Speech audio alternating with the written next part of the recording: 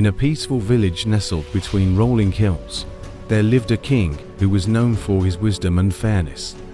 One day, he decided to settle accounts with his servants. As he sat on his grand throne, he summoned one of his servants who owed him an enormous sum of money, a debt so large it was impossible to repay. The servant, trembling with fear, fell to his knees before the king. Your Majesty, please be patient with me. I will repay everything. I promise. The king, moved by the servant's earnest plea and recognizing the impossibility of the task, had compassion on him.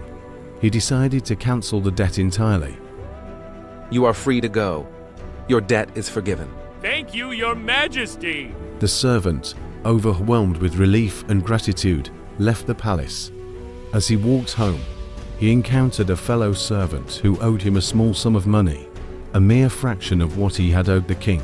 Grabbing the fellow servant by the throat, he demanded, Pay back what you owe me. The fellow servant fell to his knees and begged, Please be patient with me. I will repay you, I promise. but the first servant refused. Instead, he had the man thrown into prison until he could pay back the debt. When the other servants saw what had happened, they were greatly distressed. They went and told the king everything that had occurred. The king, upon hearing this, was furious.